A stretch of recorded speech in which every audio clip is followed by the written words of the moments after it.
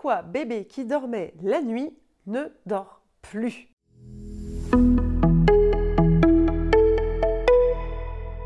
C'est assez enrageant quand on voit que son bébé dormait très bien la nuit, faisait ses nuits et que tout à coup, il se met à se réveiller. On en faisait une fierté de le dire à nos proches que ça y est, mon enfant fait ses nuits, mais patatras, ça y est, il se réveille de nouveau. Alors pourquoi? Bienvenue sur ma chaîne, je suis Nathalie, accompagnante parentale et ici tu trouveras tout pour accompagner le développement de ton enfant de la grossesse à 3 ans.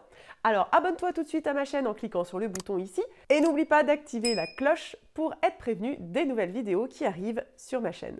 Si tu souhaites connaître les essentiels d'un sommeil serein avec bébé, tu peux dès à présent recevoir mon mini-guide offert, tu trouveras le lien en description de cette vidéo. Alors pourquoi bébé qui dormait très bien jusqu'à maintenant, tout à coup se met à ne plus dormir? Il peut y avoir plusieurs explications.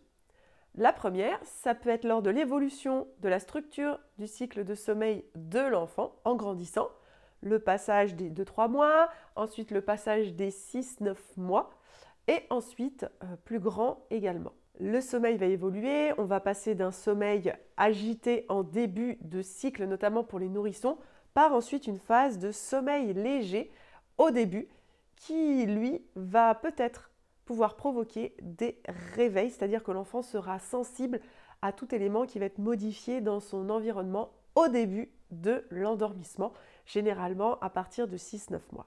Ça peut être une des premières raisons. La deuxième raison, c'est tout simplement tous les changements qui peuvent intervenir dans la vie de l'enfant.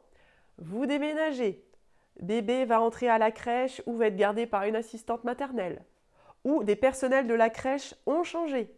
Vos horaires de garde ont également évolué parce que vous avez repris le travail totalement ou que vous avez changé de travail ou que vos horaires également ont été modifiés.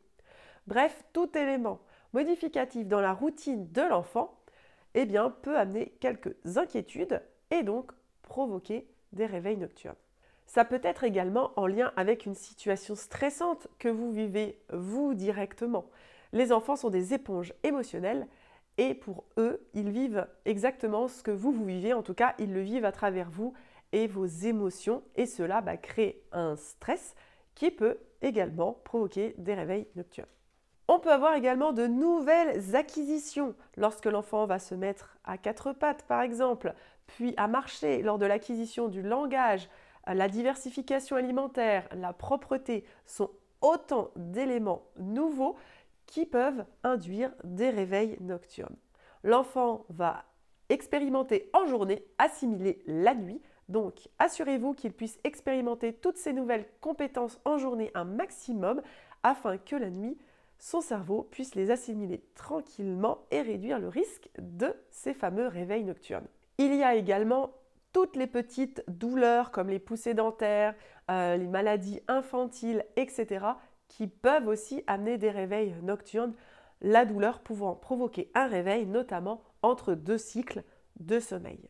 En fait, tous ces changements peuvent amener une augmentation du cortisol, cette hormone du stress qui, elle, est l'ennemi de la mélatonine, cette hormone qui nous aide à entrer dans le sommeil.